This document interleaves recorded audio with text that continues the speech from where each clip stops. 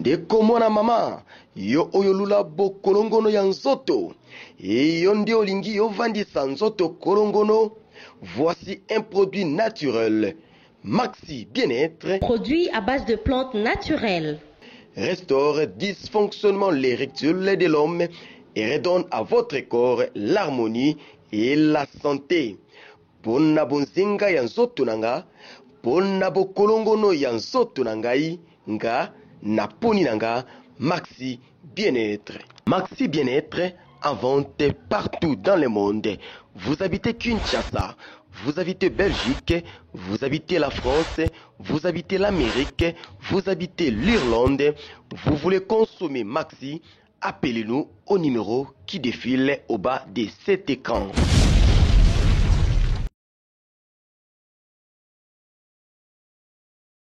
Chers internautes, vous qui nous suivez depuis le www.congomillennium.com, bonjour et encore bienvenue dans ce nouveau numéro de qu'une réalité que nous propose Congo Millennium. Aujourd'hui, dans une réalité, nous allons discuter sur une affaire aussi sérieuse.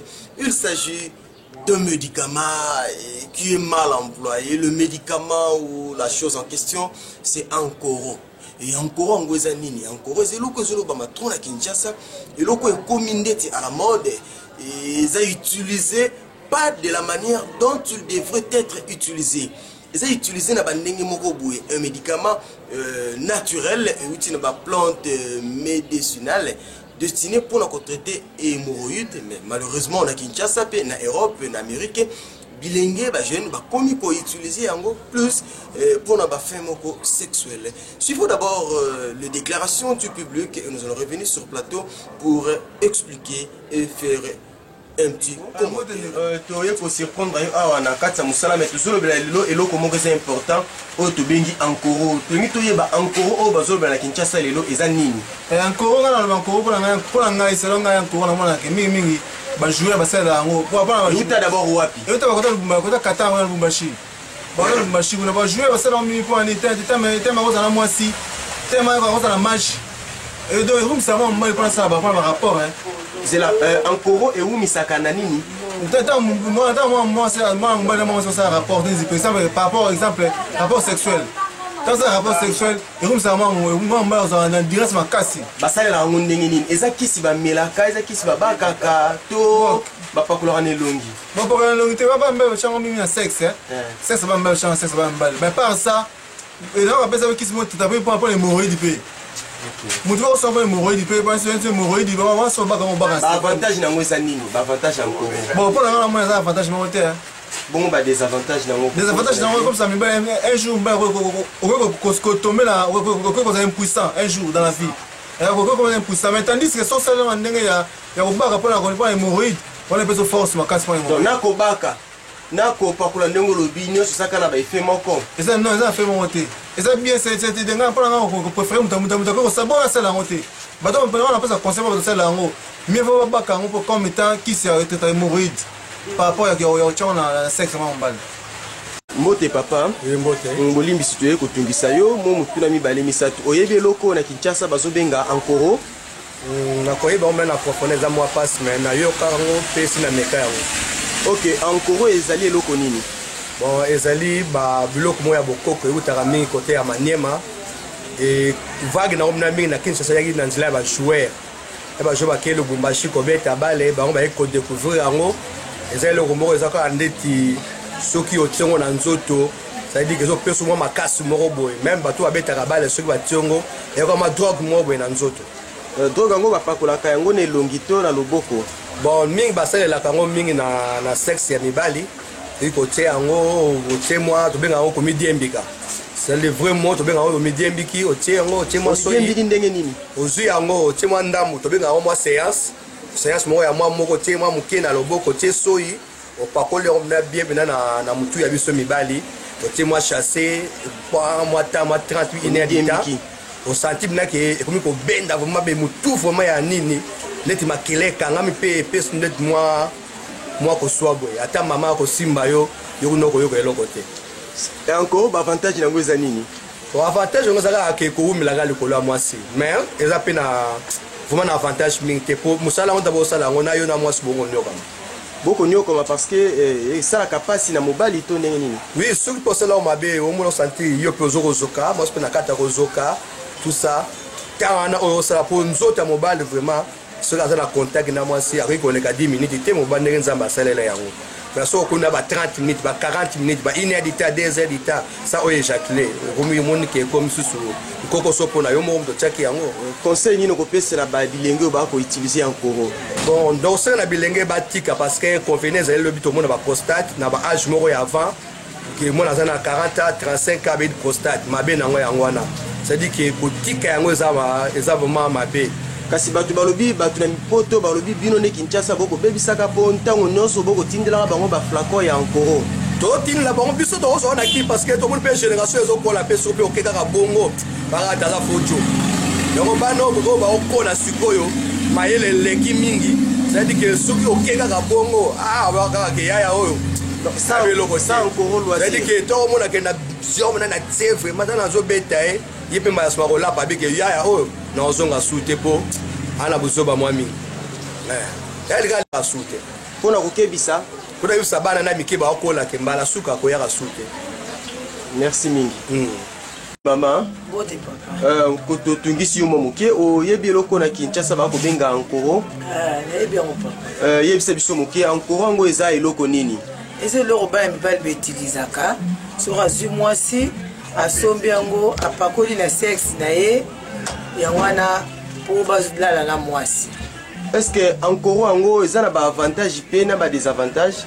Bon bango ba mibali ba mona ngo ezana avantage pour soka meli yango et apakoli yango komisi munene asepeli nango mais soka nango peso bebisa le ba maladie ozo mona. Est-ce que conseil ni no pesa na bande ko mibali o ba kindaka na encore avant ko to pesa conseil bande ko msusu balobaki ke bino nde basi bokoma ko luka kaka mibali o batiaka encore po sans encore boko ke lokote.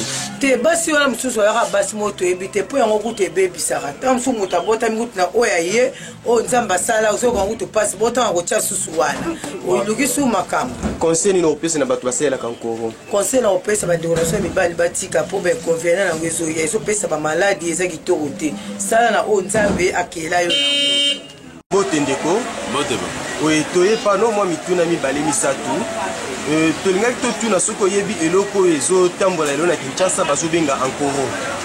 Ah, c'est connu de tout ça na bien ankoro eza nini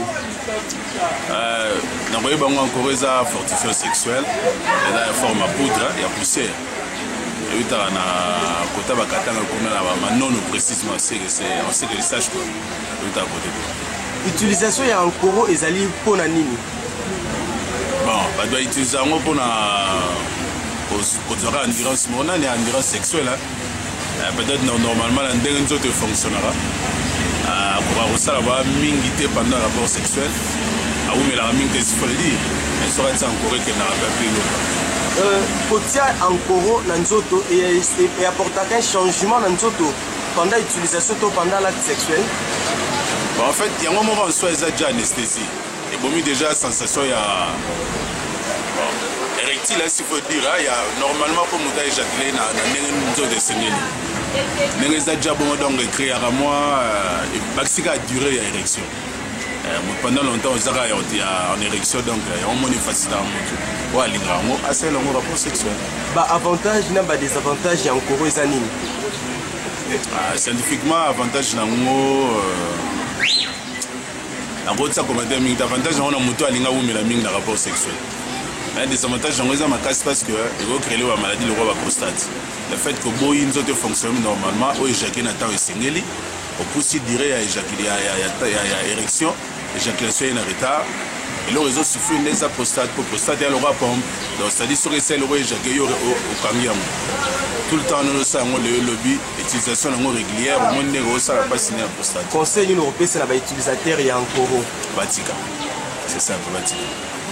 Ndeko mbote papa itoye ko sekondo mukesika musala motune za tulimi toyeba soko yebe loko na Kinshasa bazobenga ankoro na yebia eza nini eza poussière moba mbali basali la pona olala mwasi eza poussière basali la batiaka na zolo na matoyi batiaka na ba sexe na ba on peut pesa ba makasi est-ce que encore ango eutaka d'abord wapi bamisu surtout mingi bajoueur moto bazalaka nango bautaka nango balubumbashi bamboko ya katikati kuna boma bagoma Zambi. Yo za mwana mwasi pona yo est-ce que ozomona ki encore ango ezalaka pe na ba avantage eza avantage moko te po wana eza konyokola moto asalela encore c'est que ape ya mobali mo incapable ba force ba désavantage encore ko kozala nini maladie ko à la longue ko mbote météo te ko surprendre les lots zo belelo ko to bengi encore o etelemisi Kinshasa mobimba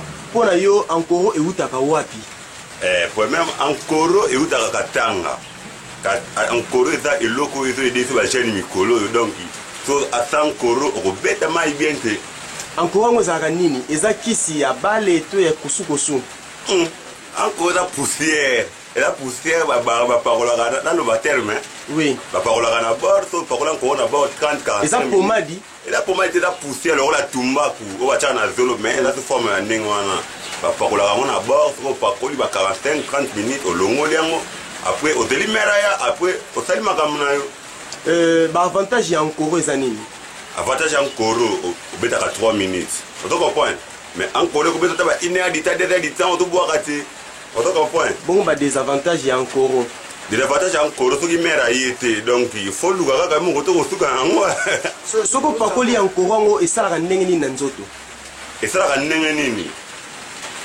soko pakoli encore sentir to pe na ba air wana 45 minutes au sentir mona e mo temo abilo mo tsa ga tu wana après tout mo sentir ke ba ke tanini e koti après ok on l'a fait bon après tu no calme au temps opération au sala ma on sali ba on makamna ouais mbote papa mbote moi mituna mibale misatu tozala pusa te basoko oyebi eloko ya Kinshasa bazobenga encore bon nayebi encore eza eloko moko eza na avantage moko te donc ezaka na désavantage po onyokola nzoto ezaka pete na sentiment epesaka pe sentiment moko te elokola anesthésie moko boye na nzoto ya motu donc eza lokola otia anesthésie nzoto mobimba otia anesthésie na bord na eloko na yo omona poso wana so ezobana te donc sentiment eza te donc eza nango kaka mpona kobebisa nzoto na yo eza na ntina moko te donc ata bazokisi yo na gilete okoyoka eloko te oyoka eloko te ata bazokisi na gilete omona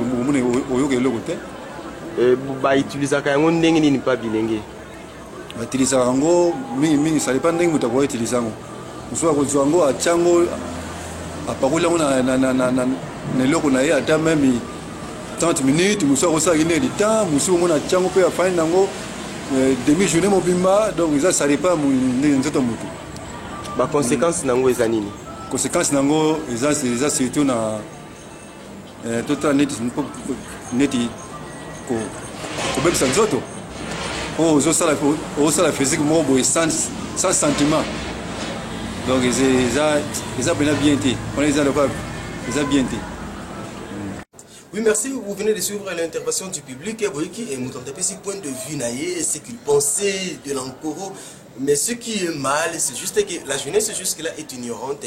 Pour le jeune, Ankoro, bon oui, on a plus les aspects positifs, oui. Positif parce que ça répond n'a pas besoin d'un sexuel, juste ce qu'on a vu Ankoro, de la manière dont expliqué Wana et a tué le sexe naïe, a Kangi sachet tout ça pendant 30 ou 45 minutes et puis il va n'a pas relations sexuelles et ça qu'on pousse ça dans l'érection. Il a place à éjaculer peut-être 5 minutes, il va jusqu'au-delà d'une heure de temps pour éjaculer. Cependant, pour retarder cette éjaculation, et ça peut causer tort parce que le corps ne fonctionne pas comme il devrait fonctionner. Or, en conséquence, il y a plusieurs maladies telles que la prostate, la maladie, effet secondaire, il y a l'utilisation encore. Prostate, hormis la prostate, la maladie, la faiblesse sexuelle, tout ça est causé parce que la mauvaise utilisation, il y a produit encore, na Est, la République démocratique du Congo, actuellement ces produits ils sont comme caca na Kinshasa. Même nos frères qui sont en Europe, oui, beaucoup de belé, ils ont 4 flacons, ils ont 5 flacons, ils utilisent l'Ankoro, oui. Pourquoi? Juste parce qu'ils sont entendus parler de ça à Kinshasa et c'est parce qu'il est commis à la mode. Ce qui te présente seulement sur le phénomène Ankoro, ce n'est pas pour faire la publicité d'Ankoro, c'est pour vous avertir, vous qui utilisez l'Ankoro, vous qui aimez l'Ankoro, et sachez déjà que vous avez plus de malchance, il y a qu'au raccourcir, vous faites appel à la maladie Kulikili au lobby et quoi endommagé, Banzoto Nabino. Nous vous conseillons, vous jeunes ou adultes, vous qui utilisez Ankoro, s'il vous plaît, aimez votre corps, aimez le futur, car la RD Congo a besoin de vos compétences. Avec Ankoro, ouf, vous risquerez de finir très mal. Merci beaucoup, c'était qu'une réalité, votre émission préférée. Mais on ne peut pas finir cette émission sans pour autant faire des coucous aux personnes qui sont plus chères. Et là, je commencerai directement à ma fille chérie. Oui, elle, c'est mon cœur. Il s'agit de bébé Christina Kachala. Oui, Christina Kachala, en tout cas, je l'aime. Tout ça, c'est pour elle. Je te dédie cette émission, Christina Kachala. Et grand coucou à celui qu'on appelle Alfred Maleko. Alfred Maleko, Mobali, Corinne Maleko, Barbitou, on a tout dit qui bien t'étais ouf. Tout dit qui t'es autour. C'est pourquoi Alfred Maleko. Grand coucou à toi, grand coucou à celui qu'on appelle Arsène, les grands poros, Nakata Kinshasa. Arsène Samba, Yangoana pour dédicace. Qu'est-ce qui reste encore? Arsène Maleko, je ne peux pas oublier le chef de la grande famille Millennium. Et lui, on l'appelle maintenant l'homme Versace. Il va bien signer contre la maison Versace, donc Millet, Colata, on n'en parle même pas. Il s'agit du grand chef de la grande famille Millennium, elle vient désirer Kiange Beni, Beni Mabea, ma ministre, et grand coucou encore. Au boss de leur boss, le vieux qui assure, le vieux qui assume, le vieux qui engage et pourquoi pas, il embauche. Il s'agit de mon boss, le patron fantôme, il s'agit de Messi, Ricky Dibenzi. Ricky Dibenzi, maman jolie Dibenzi. Ah oui, en tout cas, quand le chef se porte bien, c'est-à-dire, il y a vraiment du sérieux à la maison. Merci à toi, maman jolie Dibenzi. Et sans oublier, si vous avez aimé cette émission, vous devez dire grand merci à toute l'équipe de Congo Millennium. Mais là, je vois directement l'ingénieur de vos ingénieurs, de votre ingénieur. Il s'agit de l'ingénieur Olivier Didi. Et devant la caméra au micro, c'était votre humble serviteur, Belcam, oui, Papa na Christina. Les jeunes parents, en tout cas, digérez-moi comme ça, vous Missananga. Et ça vous fera du bien. Restez toujours branchés sur les 3 W comme Millennium et je vous promets, vous ne serez jamais dessus. Bye bye.